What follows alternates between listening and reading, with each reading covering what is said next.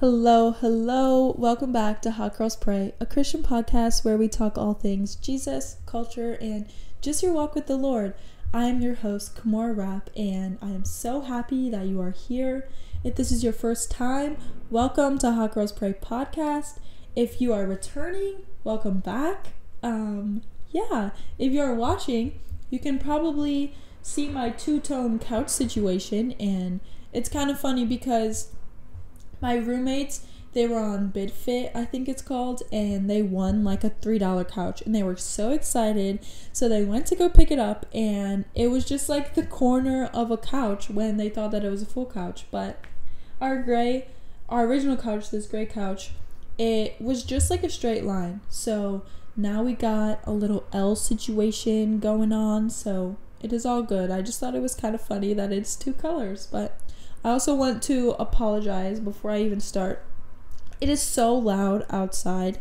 There's so much construction going on outside of my house, but I guess that's what happens when you live in a college town. But anyways, let's just jump into the episode. I want to talk about how powerful our words are.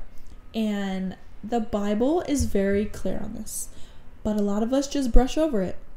So today, I want to get real about the power of the tongue, why it even matters for Christians, especially young Christians, and how we can do better.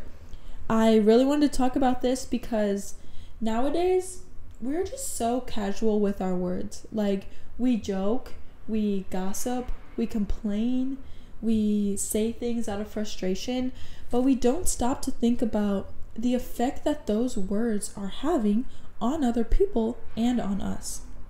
And trust me, I am not just like preaching to you guys, talking to other people, because I've had to check myself on this too. Just like any other episode, I'm not asking anyone to be perfect, but hopefully having this conversation can just make us a little bit more aware. So let's just get into it and talk about why we need to start watching our mouths. So first things first, your words have weight, and I don't think we really understand how serious this is. So Proverbs 18:21 literally says, "The tongue has the power of life and death." Life and death. And that is wild when you actually think about it, because that means what we say is not just random. It has actual power. So the things that we speak can either build up or destroy, not just other people, but also ourselves. And if we're being real for a second, a lot of us are out here speaking death over ourselves. And we don't even realize it. Like, think about how many times have you heard or you've said things like, "Oh, I'm so stupid," or I'm never going to get my life together, or I always fail at everything that I do. And we say it like it's nothing. Like, we're just joking with our friends. But words have power whether we mean it or not. And one thing that the enemy loves is when we do this, because we are literally cursing ourselves without even realizing it. If you think about it, if someone else spoke to you the way that you speak to yourself, then you would probably be hurt.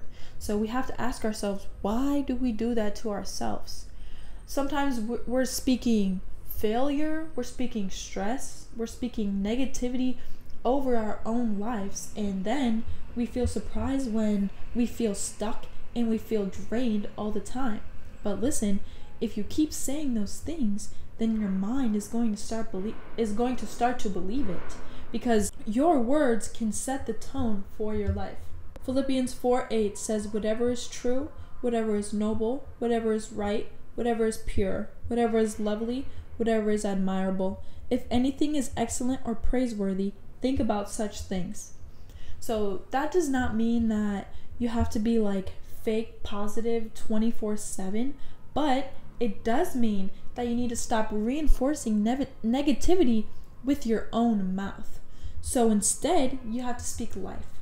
So even when things feel hard, speak faith over your situation. So instead of saying, "Oh, I just keep failing, I'm such a failure," you can say, "I know that God has a plan for my life because I trust Him." And I don't think it's just about us. Like, the words that we say about other people matter too. So gossip, sarcasm, complaining, criticism, all of that. How many times do we casually tear people down without even thinking about it? And it might seem small, but those words are planting seeds in someone else's heart. So for example, let's just say someone is already insecure about something, and then you make a harmless joke about it. So you might forget about it in 2 seconds, but for them, that could be something that they carry for years. I'm gonna tell you guys a story, and it's kind of funny, but also kind of sad. So, someone in middle school made fun of my forehead. And I think this is the time where all the insecurities come out because bullying begins. But I never thought about how big my forehead was before that day. But after that day, I was definitely made well aware. And listen, I remember exactly who said it, what class we were in, who the teacher was, who else was there. Like, it is literally burned into my memory. But if you ask me what I ate for dinner the other night, I have no clue. Like, that one is gone. And that is how powerful words are. Like, we forget the little details of life, but the things that people say to us, that stuff stays. And that is why we have to be so careful with how we talk to people. Because what might be something that's like a quick joke to you to make the people around you laugh is something that the other person carries for years. James 3:5-6 says, "The tongue is a small part of the body, but it makes great boasts. Consider what a great forest is set on fire by a small spark." So one small comment, one moment of carelessness, and then boom, the damage is done. So in the same way that a tiny spark can burn down an entire forest, one reckless word can do lasting damage to someone else's confidence and, even worse, their view of God. So the way that we talk to people, especially as Christians, can either push them closer to God or push them away. And that is something that we should think about more often, because sometimes we are out here doing damage without even knowing it. So first, I want to talk about judgment instead of grace. So imagine someone is battling with sin that they know is wrong. So maybe they're dealing with addiction or in a toxic relationship or situation. Like, they just know that they're in a bad spot. And then a fellow Christian comes over and says, "Oh, God's not going to bless you if you keep living like that. Like, God does not bless sin." Now, don't get me wrong. Like, I know sin has real consequences, but think about how that person feels after hearing that. Like, they are probably already feeling guilty and broken and unworthy, but now, instead of feeling drawn closer to God, they might feel like God is just waiting for them to mess up so that he can punish them. And we know that is not true. We don't want them to feel like they are never good enough for God's love. Like, that is the last thing that we want. So now it's almost like they're running away from God, not because they don't want to be close to him, but because they feel ashamed or unworthy, all because of one careless comment from someone who claims to be this loving, perfect Christian. When we speak out of judgment instead of compassion, we are missing the entire point of God's grace. We know that Jesus, he never watered down the truth, but he always corrected people with love and with understanding. So take the woman that was caught in adultery. When others wanted to stone her, Jesus said, "Let him who is without sin..." Wait, I gotta check my notes. I don't want to say it wrong. Wait, where was I? Oh, "Let him who is without sin cast the first stone." And then when everyone dropped their stones, he said, "Go and sin no more." So Jesus did not ignore the sin. He empowered her to move forward. He did not crush her with his words, but he set her free in them. So if we are really trying to represent Christ well, we have to remember the difference between speaking the truth and speaking the truth in love.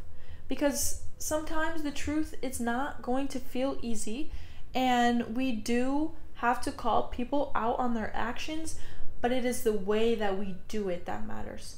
So it's how we correct, not just what we correct. So if our words are making people feel like they have to hide from God, like they can't come to them because they feel like they're just too messed up because of our judgment, then we are completely missing the mark. When our words push people away from God, then we are doing a disservice to the gospel, and that's just the truth. Instead, we need to speak with the same compassion that Jesus has first showed us. His correction to us was never to shame us, but it is always to help us grow and to help us move forward. At the end of the day, it's never about making people feel worse about their sin. It's about helping them realize that God is waiting with open arms for them to come back to Him no matter where they're at. If you think about when you came to Jesus first, He was waiting with open arms, and in no way were you perfect. So now before you speak, you need to ask yourself, is what I'm about to say helping this person move closer to God, or is it pushing them farther away? And one thing that can really do some damage to a person's growth, whether that's just an individual growth or growth in their faith, that is speaking death over someone's purpose. So, when sometimes there's a young Christian and they're really excited about something, like maybe they feel like God is calling them to a specific path, no matter what that is, whether that's music or starting a business or writing a book, going into ministry. Like, that is just something that they are so passionate about, and they feel like that's the thing that God wants them to do. And then, out of nowhere, someone, especially someone who claims to be like this loving Christian, comes along and says, like, I don't think you're called to do that, or you'll never be successful if you try to do that. First of all, how can you tell them what they're called to do or what they're going to be successful doing? But just like that one comment from them can completely shake their confidence, and then it makes them doubt the very thing that God put on their heart. So that's making them walk away from their calling because of someone else's careless words. Now, if you let that sink in for a second, one comment, just one person's opinion, and suddenly someone is questioning their dreams, they're questioning their calling, or even their worth. And that is the power of words. We don't always realize it, but when we speak, we're either speaking life or death into someone else's purpose. So that moment of doubt that we create with a careless comment could be the reason that someone walks away from the very thing that God has told them to do. I remember when I was first starting my podcast, I had people telling me like, oh, that is going to be so hard. Like, I don't know if that's going to work out. Are you sure you're ready for that? And honestly, like, those comments really hit hard. Like, those were hurting my feelings because it was making me question if I was really called to do this. Like, something I've been praying over for so long, and I felt like God put this on my heart, and I wanted to quit before I even started. Like, I did not realize how deeply someone else's doubt could affect you until I was faced with it myself. But here's the thing, again and again, as I've said, we had to realize the weight of our words, because we don't always realize what's going on in someone's heart or someone's mind. So what if that person is just one encouragement away from stepping into that very purpose that God designed for them? Or on the flip side, what if they're one discouragement away from walking away from it completely? Our words carry so much power. We have the ability to speak life and to speak hope, or we can speak death and plant seeds of doubt. And the thing is, a lot of the time, we don't even realize the influence that we have, especially when it comes to younger Christians or people who are trying to discover their purpose. We could be the reason that they either take a step towards their purpose or turn away from it out of fear or insecurity. And I think that's a big role that we don't realize we're in sometimes. So we have to ask ourselves, are we going to be the ones that discourage someone from pursuing their God-given dreams, or are we going to be the ones that encourage them to move forward? And I think encouragement can be so simple, but it can have such a big impact. A few words of support can help someone keep going when they feel like quitting. And me personally, that's the kind of Christian influence that I want to be. Someone that lifts people up and not just tears them down. Because at the end of the day, we all want to be the source of life and encouragement to others. And I don't think we should ever be the reason that someone walks away from their purpose. Instead, we need to be the ones who help them find courage and push them towards what God has called them to be. Because if God is for them, then who can be against them? And then there's this, something that no one wants to talk about, is the way that Christians love to gossip. Like, there will be people out here at church talking about love your neighbor, and then they will turn around and tear someone apart the second that they leave the room. Like, we gossip, we judge, we criticize, and then we pretend like it's all just normal conversation, and that is not okay. But the thing that we need to realize is that the world is watching all the time. Non-believers are looking at us. They're paying attention to how we talk about others, how we treat other people, how we act in public, and how we act especially when no one's watching. And when they see Christians gossiping, judging, acting just like everyone else, then it really messes with their perception of who God is. So they start thinking, wait, so these Christians talk about loving everyone, but they tear each other down the second that they leave the room? That literally makes no sense. And in that moment, their view of God changes. Not because of God, but because of how we represented him. And if you think about that for a second, we, as Christians, claim to follow Jesus, who was love, who was gracious to sinners, who spoke with kindness and never slandered anyone.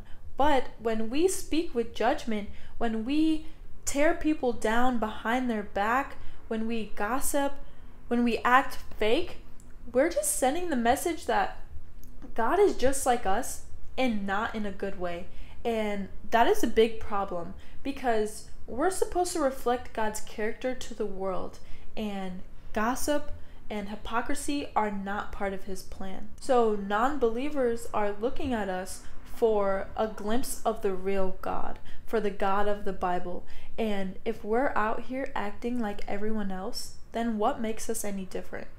If we claim to follow this God who forgives, who loves, who calls us to walk in humility, but then we gossip about each other and tear each other apart, then we're telling non-believers that Christianity is just another version of the world's brokenness. And that is really hurting God's name, and we need to realize that we're pushing people away from him, not drawing them in. So one thing we need to think about is our words. They don't just affect us or our relationship with other Christians, they're shaping how others, especially non-believers, see God.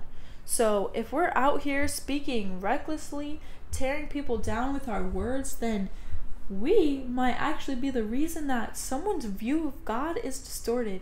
And that is something that is so serious, because we're supposed to be the light of the world, and light does not gossip. It does not tear people down. It does not hold on to grudges. It does not play this like fake Christian game. It shines truth. It shines love and grace to the people who need it the most. And that is just what this whole episode is about. Like, that is why we need to watch our mouths, because we cannot afford to misrepresent God.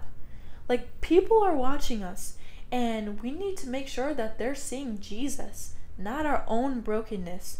When we choose to speak love instead of gossiping, when we choose to speak encouragement instead of judgment, then we're giving others the chance to see God for who he really is, who we truly see God is, the loving, the merciful Father who calls us to be something better. But there's always good news.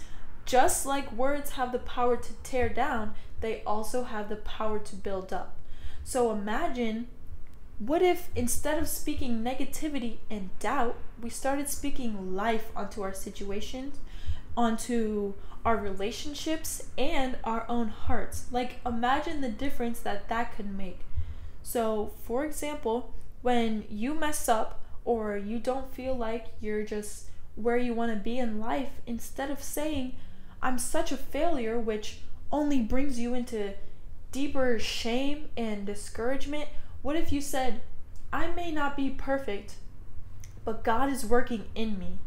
This truly shifts the focus off of your imperfections and onto God's ability to transform you. So it acknowledges that, yes, you're not perfect, but you're also not stuck. You're in the process of becoming who God has called you to be. Or how about when you're facing something difficult and you're tempted to say, I am just never gonna get this right? Like, that's a phrase that speaks death over your ability to grow. But what if instead you said, Philippians 4:13, I can do all things through Christ who strengthens me? This, like, changing your mindset not only reaffirms your strength, but it also declares that you are not limited by your own abilities. You're relying on God's strength, and that will change everything. It says, I'm going to overcome this challenge, not because of me, but because God's power working through me. Like, that is going to be a game changer. And think about how we can speak life over other people around us also. So instead of tearing people down with criticism and with judgment, we have the opportunity to build them up. So instead of saying, you will never be good enough, you can say, you are capable and you are loved by God just as you are. So instead of tearing someone else's dreams or ideas, we need to be the ones who speak encouragement and remind them of who God says they are. And I do want to say, like, this is not about only thinking positive or just like pretending everything is fine when it's not, because no, that's not what I'm trying to say. I'm trying to realign our words with God's truth. We are not just trying to convince ourselves that things will get better. We're declaring the reality of God's promises over our lives and over the lives of those around us. So we're speaking life because God's word is full of life. His promises are true, and when we speak his truth, we will align ourselves with his will and with his power. When we begin to speak life, we don't just feel better temporarily, we will start to see real change, because words are seeds, and when we plant seeds of life, it will eventually grow into like a harvest of hope and growth and transformation within our lives. So when we speak over ourselves, we need to say, I am chosen, I am loved, I am doing what God has called me to do, I am capable, and that truth is going to shape our behavior and our mindset and even our future. So yeah, I think the biggest takeaway is just what you say matters. Like, the words you speak about yourself, about others, about your situation, like, they have power, and your words are either planting seeds of life or seeds of destruction. And one thing we need to remember is we get to choose which seeds we plant. So let's just be intentional. Like, let's start paying attention to what we're speaking over our lives, because whether you realize it or not, like, your words are shaping your future. If you've ever felt stuck or unsure about where you're going, try speaking God's truth over your life, over your dreams, over your relationships, over any part of your life, don't wait for things to just magically change before you speak life into them. Like you need to start now and watch how your words will begin to shape your reality, because when we align our words with God's truth, then we start to see the power of life working in us and through us, and that is where true transformation really begins. And here's the thing, what comes out of your mouth starts with what you're putting in. Luke 6:45 says, out of the abundance of the heart the mouth speaks. So if you're constantly listening to negativity, entertaining toxic conversations, or feeding yourself things that aren't edifying, then it is really gonna show. So check your inputs. Like, what are you really taking in? What kind of music, what kind of shows, conversations are shaping the way that you speak? Also, are you surrounding yourself with people who speak life, or are you in an environment where negativity is just normal? I realized that there are some people that I'm around that make me feel like such a positive and happy person, and then there's others that when I'm around them, like that, they just bring out the worst in me, and I am just so negative when I'm around them. So truly think about, who are you surrounding yourself with? Because you cannot expect to speak life if you are constantly consuming death. It's not easy to just start speaking life when you're used to negativity, but it's a habit just like anything else. We know that James 3 talks about how the tongue is like a tiny spark that sets a whole forest on fire. So the question now is, what kind of fire are you setting? I wrote down some practical ways that we can start to watch our mouths. One is just pause before you speak. Is it true? Is it kind? Is it necessary?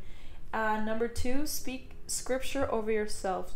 So replace negative self-talk with God's truth. And number 3, cut out gossip and complaining. If it's not uplifting, let's just not.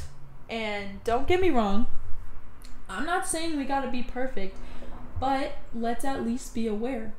And let's be intentional about what we say, because it does matter. Like, watch your mouth. Not just for the sake of being a good Christian, but because your words literally shape your life. So speak life over yourself, speak life over others, and let's just start using our words the way that God has intended. Yeah, that is literally all I have today. I hope this episode was encouraging. It really gets me like fired up, because this is something that I'm passionate about. But please let me know if you liked it. Let me know what else you would like to hear in an upcoming episode. And I appreciate you all listening, and make sure to follow at Hot Girls Pray Podcast on Instagram and TikTok, YouTube, Spotify, all the things. And yeah, thank you again for listening, and I will see you all next time.